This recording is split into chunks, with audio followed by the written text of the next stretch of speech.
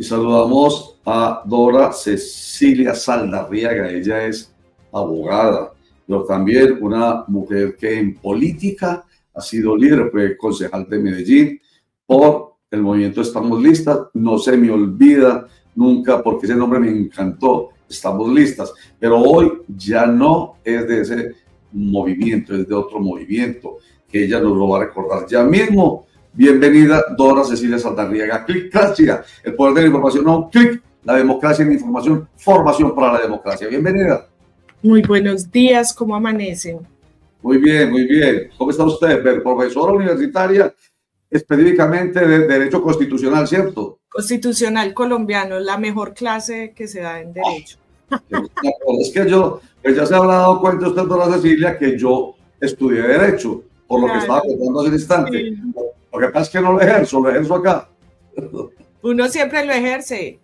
Bueno. Siempre lo ejerce.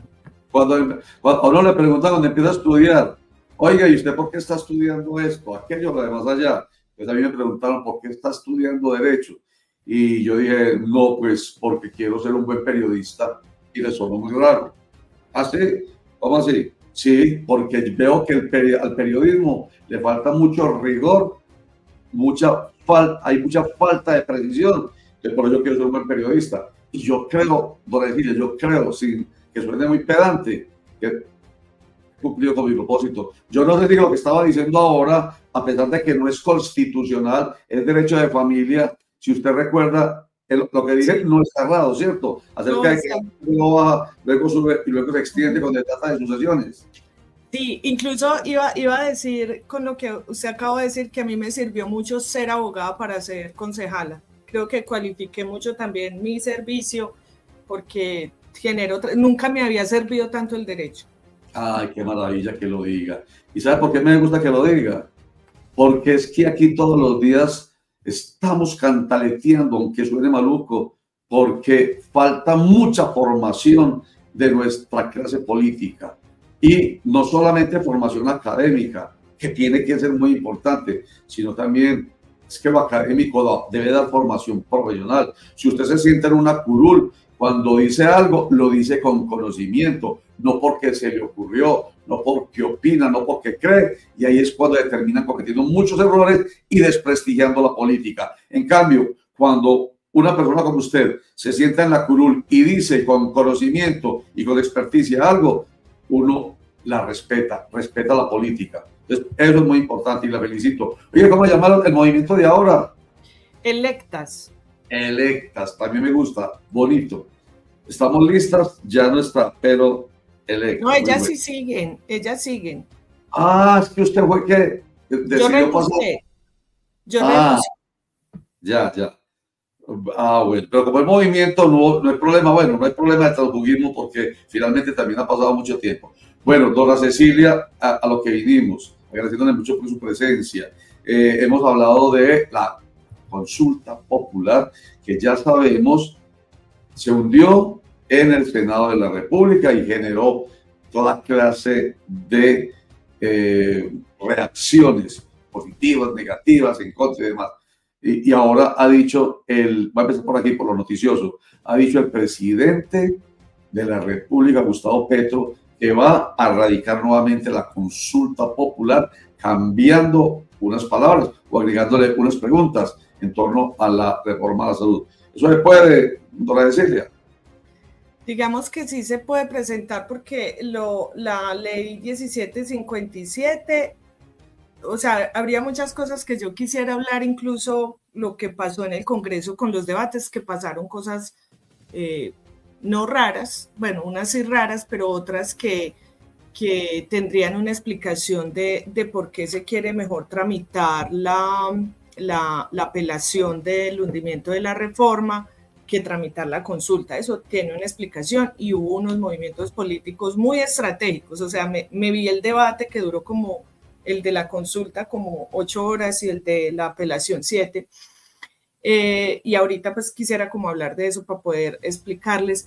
La reforma del 2015 de la ley estatutaria permitió que la consulta popular, que solo estaba en cabeza de gobernantes, ya lo pudiera presentar la ciudadanía. Incluso he escuchado que también hay una propuesta, o se está proponiendo que sean los ciudadanos que la presenten, pero eso pues tendría mucho más trámite porque requiere recoger el 5% del censo electoral. Para volverla a presentar tendrían que hacer unos cambios de alguna forma sustanciales sustanciales digo, claro, una palabrita cambiaría, pero yo sí creo que de forma sustancial, si se mira, podría presentarse en términos de que no sería la misma. Pesa mucho que me explique lo de esos manejos, porque eso no lo sabemos, y usted que se vio ese debate, porque nosotros dijimos, ayer concluimos, eso para el grupo no jugadita, entonces lo que mataron, permítame lo digo de esta manera bien brusca, lo que mataron 8 senadores en una comisión generó la consulta popular para que no fueran ni siquiera los 105 senadores, los 170 representantes, no sino el pueblo colombiano el que lo decidiera a través de la consulta. Pero ello alarmó a la oposición y digamos, el temor normal en la política, le metieron el coco electoral. Entonces corrieron a hacer otra cosa. Esto que se está diciendo, más bien entonces aceptemos la apelación y revivamos lo que mataron 8, la reforma laboral, para que matemos ahí sí ese coco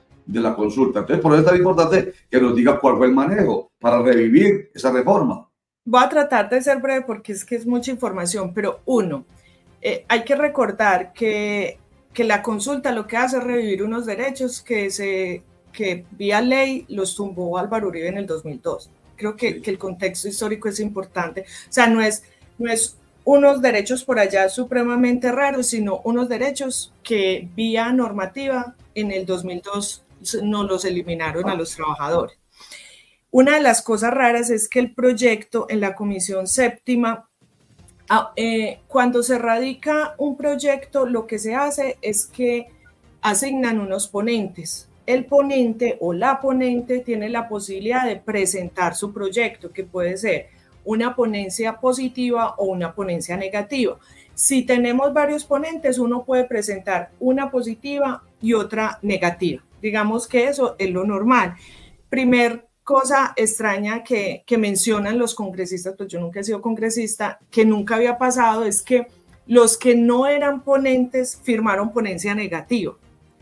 Ahí es la primera pregunta.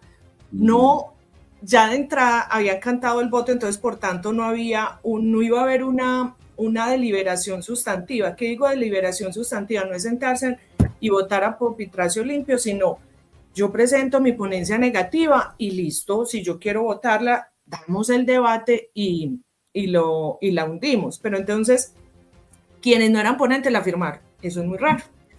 Entonces, de entrada ya se sabía, no iba a haber una deliberación sustantiva, sino que simplemente ya estaba el voto negativo. Se hunde la reforma, entonces se abren los dos caminos. Petro dice, voy a la consulta popular y que el pueblo elija. Pero entonces, digamos que yo creo que no se sospecharon la jugada de Petro en la alternativa de consulta popular, porque eso genera opinión pública. Y por primera vez, voy a ser muy corta, pero por primera vez yo creo que durante muchos años la clase trabajadora ha empezado a discutir sus derechos, porque el debate cultural ahí es muy importante. Antes era como, daba miedo discutir sus derechos y ahora se ha puesto un poquito más normal hablar de derechos, que es muy triste pues, pero ya la clase trabajadora, es decir, y voy aquí a hacer la claridad, que eso lo he dicho mucho en clase, ¿quiénes somos la clase trabajadora? Los que dependemos de un salario, porque hay veces que la clase trabajadora se cree privilegiada. No, si usted depende de su salario, es clase trabajadora. Si usted puede un mes no devengar y vivir bien, entonces hace parte de otra clase. Entonces, la gran mayoría hacemos parte de la clase trabajadora. Cierro ahí como ese comentario. Luego, lo que ocurrió fue que nos vamos para el debate, citan a debate de la consulta popular. Ese debate se demoró 7 horas. Y ahí ya uno veía 3 posiciones en los congresistas. Unos que planteaban que había que revivir el proyecto de ley, otros que planteaban que efectivamente se fueran a consulta popular y otros que, digamos, hicieron más unos argumentos terribles. Un congresista, por ejemplo, dijo que para qué más derechos a los trabajadores y para que fueran a tomar cerveza. Ese fue su argumento de peso. Y hablaron del sindicalismo. O sea, muchos se fueron por las ramas, pero digamos que esas dos posiciones estaban 7 horas, para que tengan eso en cuenta. Y terminan, además que le hicieron una jugada a León Freddy muy interesante. Cuando ellos iban a hablar, el pacto estaba de último como para hablar, le dieron la palabra a León Freddy y alguien pidió moción, llamaron a quórum y como llamaron a quórum, cerraron el debate porque no habían sino 35 senadores, entonces él se quedó sin hablar. Entonces cierran y dicen, no hay quórum para seguir deliberando, los que están pendientes, mañana citamos a las 10 de la mañana. La cosa se queda así, 10 de la mañana citan, mandan el orden del día, dicen que a las 10 de la noche se los enviaron a los congresistas, donde en el orden del día, o sea, citaron, porque eso lo escuchamos, citamos mañana a seguir con el tema de la consulta popular, ¡pam! 10 de la noche, le meten al orden del día revivir la reforma, es decir, la apelación que la habían presentado ya 2 congresistas hace 3 semanas. Y ahí hay también otra cosa discutible, es que en esa comisión que se planteó en la apelación, se demoraron 3 semanas y la revivieron justo cuando empezó lo de la consulta, pero lo otro es que el presidente del Congreso se metió en esa comisión. Ya, sigamos. Y lo que 4 horas se demoraron cuando citaron a las 10, porque pasó otra cosa muy extraña, es que, miren, eso yo, pues, o sea, yo como desde la lógica, presentan entonces en el orden del día, primero la votación de revivir la reforma y segundo la consulta popular. Entonces empieza toda la discusión porque dicen, nos convocaron, fue para la consulta, ¿cómo le van a meter ahí la temática? De forma muy extraña se presentan tres solicitudes. Una, miren esta solicitud, que la presenta Paloma Valencia, la presenta y dice que se vote no cambiar el orden del día. Esa, dicen, entonces la radicaron a las 6 de la mañana. A las 8, León Freddy creo que es que se llama, el congresista que es de Bello, León Muñoz, radica una que dice que se cambie el orden del día para votar primero la consulta. Ahí se demoraron 4 años en el debate, porque se dice cómo una congresista, que sería la petición subsidiaria que no se cambie, cómo iba a saber que iban a pedir el cambio y radica primero una. Ay, perdón. Entonces ahí ya hay una confrontación entre León Jaime y Paloma y le dice, mire, o sea, usted es evidente que como iba a saber que nosotros íbamos a radicar eso, y radica una a las 6 de la mañana y ella lo manifiesta de forma abierta y dice, sí, es que nos vamos a oponer de las formas legales a esto. Se va a esa votación y gana entonces revivir la reforma y luego se va a la consulta, que la consulta se pierde y ahí está también el debate de 2 congresistas del pacto que no votaron porque consideraban que podían estar luego recusados. Incluso queda la pregunta si quienes hundieron la reforma podían o no votar, porque ahí sí podían o no estar impedidos. Y eso, ya después como desde todo eso, ya llegamos... Perdón, Matico, precisamente el senador liberal Pinto les amenazó, digamos, los amedrentó.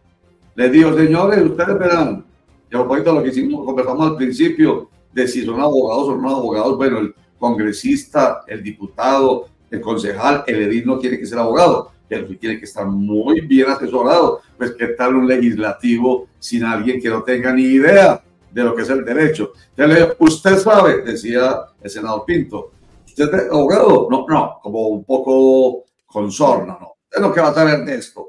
Usted verá si se queda y vota, hablando de la apelación, ¿cierto? Pero ojo que puede perder la investidura Sí participa porque usted participó en la decisión de archivar en la Comisión Séptima. Entonces, quería recordarle el dato que ayer lo tratamos, que tiene que ver con lo que usted está diciendo, los AMR. Entonces le digo, pilas que puede perder su investidura si participan en la discusión de la apelación. Bien, y ahí también creo que fue el mismo congresista que planteaba una violación constitucional a la falta de deliberación sustantiva, porque el día antes habían deliberado más de 8 horas la consulta popular, o 7, no recuerdo cuánto duró ese debate, iban a votar revivir la reforma, o sea, la apelación sin debate, y finalmente así fue. ¿Cuál es el riesgo? Ya digamos, llegando a este punto que uno podría analizar, incluso el análisis del discurso es maravilloso.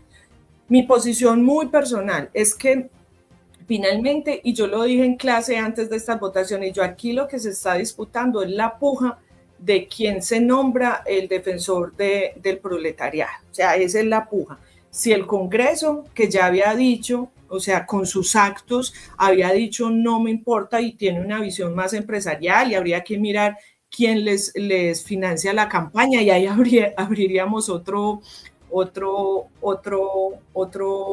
paquete grande, es porque finalmente las financiaciones, por la financiación pública sería tan importante, porque si a mí me financia una empresa, obviamente mis votos, eso es la política, mis votos va a defender eso.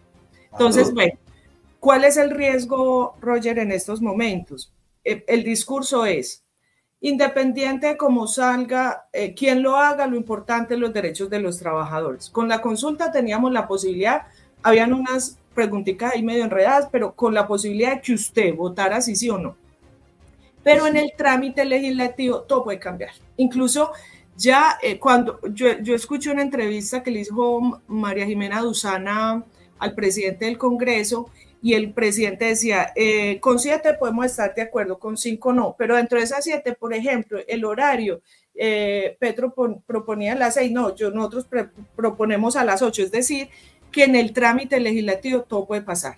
Y claro, voy a decir una frase que usan mucho los políticos, es hagan lo que quieran que igual al pueblo le olvida, y es verdad, porque se nos olvidó que en la consulta popular anticorrupción, cuando cierto partido político que hundió la consulta popular, cierto partido político decía, no se desgasten, eso vale mucha plata, que nosotros vamos a tramitar, bajarnos los salarios. Nada, en la consulta popular se tramitó, nada se tramitó. Y voy a decir el último comentario, porque yo hablo mucho, Roger, pero es que quiero hacer un video con esto, que voy a incursionar, porque eso me pareció muy interesante. El discurso de que eso vale mucha plata es un eufemismo. Y les voy a decir por qué. Porque la democracia fue derivada o se soporta en el Pacto de Derechos Civiles y Políticos, que son de incorporación inmediata. No son derechos prestacionales, es decir, no dependen de un presupuesto. Si fuera así, tendrían que ser los congresistas más honestos y no hacer consultas al interior de sus partidos, que vale muchísima plata. Vale muchísima plata también. Entonces, ese eufemismo que es que vale mucha plata, la democracia, que es de incorporación inmediata, que no le podemos poner ahí a los prestacionales y, es que la salud vale sí, y los estados están obligados, que eso fue la división del Pacto de Derechos Civiles y Políticos y de los DEX, están obligados a irlos incorporando en la medida que pueden. Claro. En cambio, son de incorporación inmediata, o sea que eso no es una discusión. Así es. Y una respuesta tan sencilla como la dio el presidente de la República a ese eufemismo es que la democracia vale. O sea, no le ponga a eso pero. O sea, mejor dicho, una cosa es el eufemismo y otra cosa es el populismo, porque ahí lo que hubo es populismo. Hay populismo de izquierda y hay populismo de derecha. Ese es lo que se llama populismo de derecha. Yo me pongo al nivel o en la situación de un montón de gente, la mayoría de los colombianos, muchos de ellos con necesidades, y yo digo, los voy a defender a ustedes en contra de una decisión. Entonces, ahí es cuando se abona populistamente. Es que eso vale mucha plata. Son 750.000 millones de pesos que son para ustedes, para trabajar, para hacer. Imagínense, no van a gastar en eso. Ahí hay populismo de derecha. Ahí respondía el presidente algo que es absolutamente claro, elemental, pero ideológicamente no se le creyó ni se le entendió. Decía, simple y llanamente, usted lo acaba de decir, es que la democracia cuesta. No solamente las consultas populares, sino los referendos, el que va a ser el gobernador o el que lidera el gobernador de Antioquia a propósito de la autonomía fiscal. El referendo cuesta plata, las consultas interpartidistas del 21 de octubre van a costar plata, ya salió el registrador nacional del Estado Civil a decir cuánto van a costar las elecciones legislativas y presidenciales del año entrante.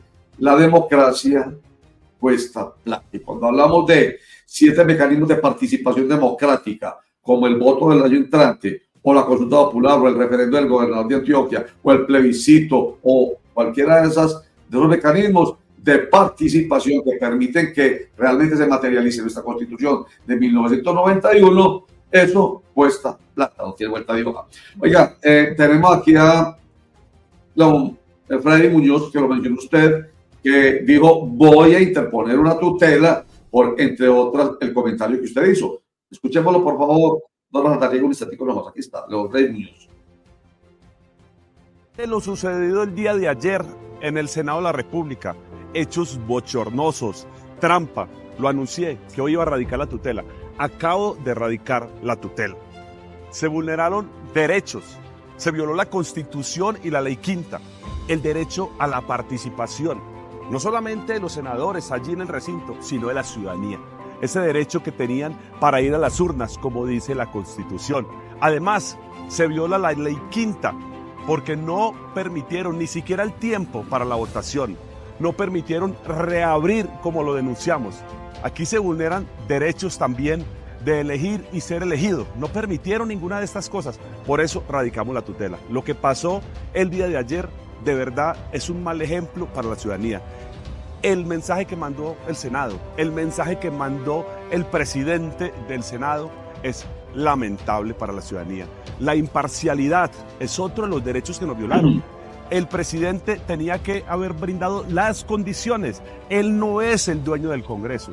Él es el presidente que lo elegimos todos para que nos brindara garantías y nos violó el debido proceso. Por eso radicamos esta tutela y pedimos de inmediato una provisionalidad de suspensión de lo acontecido por la votación del día de ayer, que se suspenda los efectos de esa votación. Y vamos, y le mandamos un mensaje a la ciudadanía. Aquí tenemos que estar alertas, porque esto que pasó ayer no puede volver a pasar. Aquí nos tenemos que seguir encaminados a la movilización, atentos que esto no vuelva a suceder.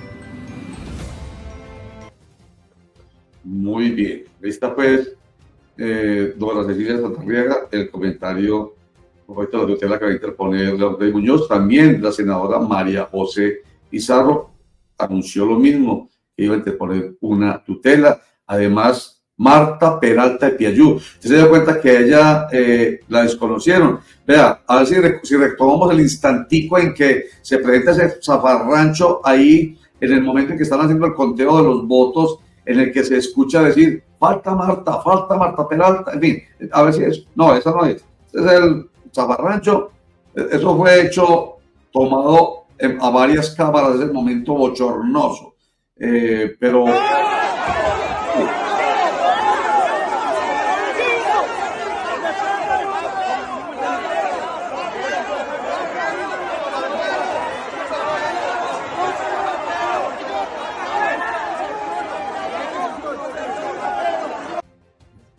En fin, yo grito falta Marta y luego ella llegó y dio muchísimo, estaba aquí afuera, eso es tan sencillo. ¿Cuánto duró el debate?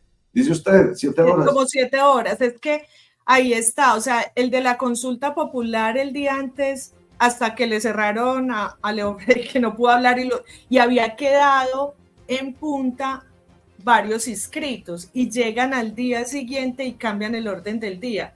Y una proposición de Paloma Valencia sin saber, o sea, es que ¿cómo voy a presentar yo una proposición de votemos que no se cambie el orden del día? Si lo que se hace es modifiquemos el orden del día y se vota si sí o si no. ¿Cómo va a haber una proposición de no hagamos lo que, o sea, es irrisorio, pero creo que ellos tienen mucha estrategia porque llevan muchos años en el Congreso. El aprobar antes de dar el debate es usual, el romper quórum para que ya no se delibere más, eso lo utilizan los partidos hegemónicos. A mí y lo dejaría como conclusión y lo digo mucho en clase, es, yo no entiendo cómo la gente que se ve beneficiada por las reformas no es consciente de que es necesario y elige gente que no lo representa. O sea, solo ver lo grotesco de lo feliz que estaban. Yo decía, eso es uno, pues yo sé que la política es mucho de emociones, pero yo estar feliz porque no le voy a garantizar los derechos a otros. Sí. Bueno, será porque mi perfil es derechos humanos, no sé. Sí, no, pero mire esta imagen, háganme el favor, mientras vamos en la conclusión con Dora Saldarriaga. El momento nosotros lo comentamos ayer, porque eso es muy llamativo. Es muy bueno que ganaron, digamos, ganamos la puja, ellos estuvieron por el sí o por el no y ganan, y se sienten felices, pero en torno a qué ganaron, usted está hablando de derechos, los derechos laborales, que no son los trabajadores, siempre pensamos, eso es cierto, que es el zapatero, que es el obrero, que es el operario, no, todo el que gana un sueldo es un empleado y tiene sus derechos, no, eso no. Una imagen general en la que están los miembros del Partido Conservador, Partido Centro Democrático, Cambio Radical, algunos del Partido Liberal y algunos del Partido de la U, Colombia Justa Humana, celebrando, felices, gritando la vida, gritándole a Colombia, les ganamos, no habrá consulta popular para que ustedes decidan sobre esas 12 palabras que hablan de derechos. No sé. Tiene imagen que se ve Miguel Uribe incluso el más emocionado, el candidato a la prestaba ya.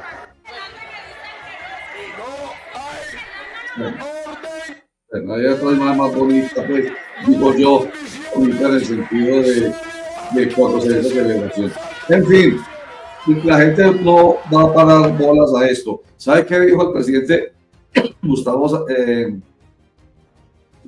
Petro, Dora Cecilia?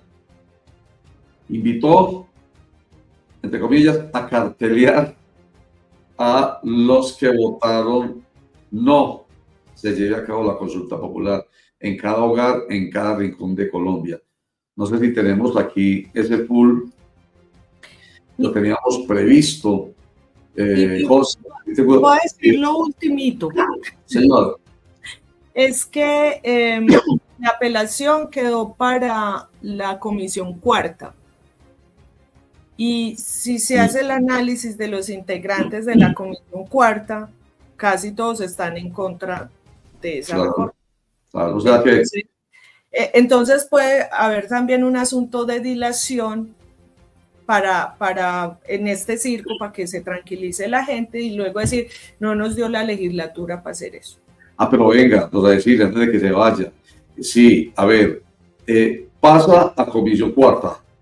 Otra vez el revivido proyecto de ley de reforma laboral, la que generó al morir la Comisión Séptima, la consulta popular. Muere consulta popular gracias a que se revive otra vez el proyecto de ley de reforma laboral, lo mandan a la Comisión Cuarta. Dicen que no hay tiempo. ¿Quién sería? Bueno, alguien, por el mismo presidente de la República. Y Ariel Ávila también lo dijo. Lo explicó, ayer lo mostramos precisamente, y también a Benedetti diciendo, nosotros empleamos la figura de una especie de callejón sin salida, es un zaguancito, ahí no hay tiempo porque la legislatura se acaba el 15 de junio, entonces ahí no hay tiempo. Sin embargo, ayer estuvimos conversando con el analista, politólogo y expresidente del Consejo Nacional Electoral, Guillermo Mejía, y él decía, pero ¿cuál es el problema? Simplemente se radica para que el 20 de julio, en la nueva legislatura, se proceda a discutirla con tiempo suficiente. ¿No puede ser eso, doctora Cecilia? Yo creo que tenemos dos vías. Uno, o sea, si ellos tienen voluntad política, la sacan porque Angélica Lozano lo dijo. No recuerdo qué ley fue la que ella dijo, la sacamos en 20 días, sí, pero no recuerdo cuál fue la ley. Ella dijo, o sea, si hay voluntad política la sacamos, que incluso creo que ella no votó, se abstuvo para votar la consulta popular. Sí. Entonces pueden agilizar el trámite. Lo que supongo la puja política es que les conviene más, porque es que esto es un contexto electoral, ya vamos para elecciones. Entonces, ¿qué les conviene más? Decir, estamos tramitando, no nos alcanzó, o tramitarla y cambiar lo sustancial de la reforma. Eso también puede ocurrir. O sea, que lo que se radicó salga un máster totalmente diferente, que como decía Valencia Villa en Cartas de Batalla, que cambie todo para no cambiar nada. Eso también puede pasar.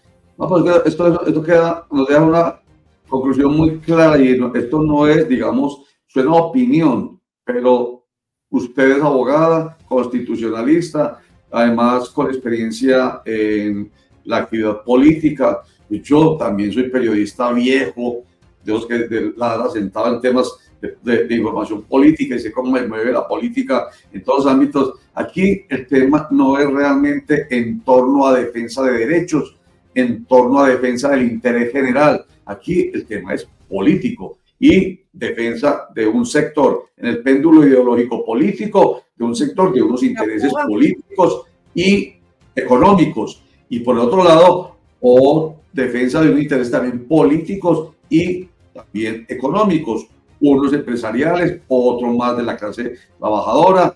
Entonces, pero el tema en el fondo es absolutamente político. Y tenemos, ya sí lo vamos a dejar ahí, pero para que se vaya con la idea, por donde empezamos, Gustavo Petro anunciando la radicación de la nueva consulta popular. Cortico, aquí está.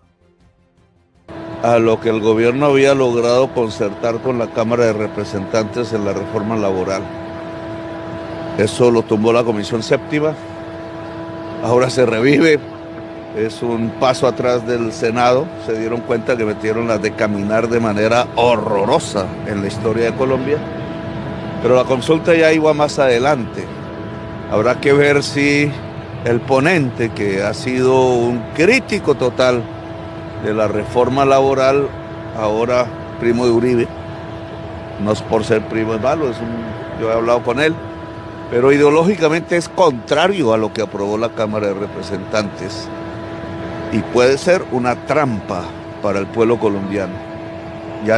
Nosotros presentamos el mensaje de urgencia, queremos que se debate, pero no permitimos que el pueblo se duerma, no caiga en la ingenuidad. Ahora voy a presentar una consulta de nuevo, como es mi derecho, con las mismas preguntas que están en lo que creemos no hundió el Senado, sino que hubo fraude. Y lo digo porque 49 senadores no son mayoría y porque impidieron que votaran las mayorías. Solo pudieron en 2 minutos y 30 decir que habían ganado porque un convicto votó, lo cual es el símbolo del fraude. Pero le va a meter algo de salud. Nosotros vamos a agregarle otra pregunta, no puede ser más. Preguntas que lleguen realmente al corazón del problema y que puedan convocar la mayoría de la gente. Decían que la reforma laboral no interlocutaba con los trabajadores por cuenta propia, con el microempresario. Ahí había una pregunta. Esa pregunta le abría el crédito barato a la totalidad de los microempresarios de Colombia. El Senado fraudulentamente tumbó esa pregunta, hay que mantenerla. Bueno, ahí está. La visita, la conversación con los periodistas desde China. ¿Puedo decirle a Satarriaga algún comentario final? Agradeciéndole mucho. Voy a decir un comentario impopular que me van a acribillar y funar. Dígalo. Yo creo firmemente en la participación ciudadana. Artículo 2, nosotros podemos participar en las decisiones que nos afecten. Lo que creo es que el presidente no debe convocar a la movilización, creo, desde mi posición muy personal, es que ese trabajo lo tienen que hacer los congresistas y lo debe hacer el movimiento social, que es lo que yo digo como Petro, no, o sea, usted no puede pararse a decir, convoquemos, no, usted dedíquese a gobernar y a hacer el trabajo y y a darse su puja ya con los poderes hegemónicos, pero sí creo que la movilización tendría que surgir de los congresistas, que son los que están ahí en representación popular y de la ciudadanía y de la movilización. Solo hago ese comentario funable. No, señora, y muy agradecida por simplemente para hacer ya opinión también. Nosotros hacemos la separación entre información y opinión. Opinión. Hombre, los gobernantes necesitan que escuchen asesores en comunicaciones, asesores en política, asesores jurídicos, como en este caso usted. Petro no escucha, entonces él dice lo que se le viene a la cabeza, y eso es lo que genera tanto malestar de algunos sectores en su contra. Entonces, yo pienso que está bien presentado, aunque suene impopular. Lo que usted diga, bueno o malo, a usted de todas maneras, con las redes sociales ahí, que muchos no piensan. Entonces, no importa, lo importante es la conciencia, sobre todo la convicción de que usted es una persona formada, y como decimos todos acá, informada, además formada, inteligente, interesante y calificada. Entonces, que la tiranía de la ignorancia haga lo que quiera. Muchísimas gracias, doña Cecilia. Gracias a ustedes por la invitación. Que estén muy bien. Que estén muy bien, doña Cecilia.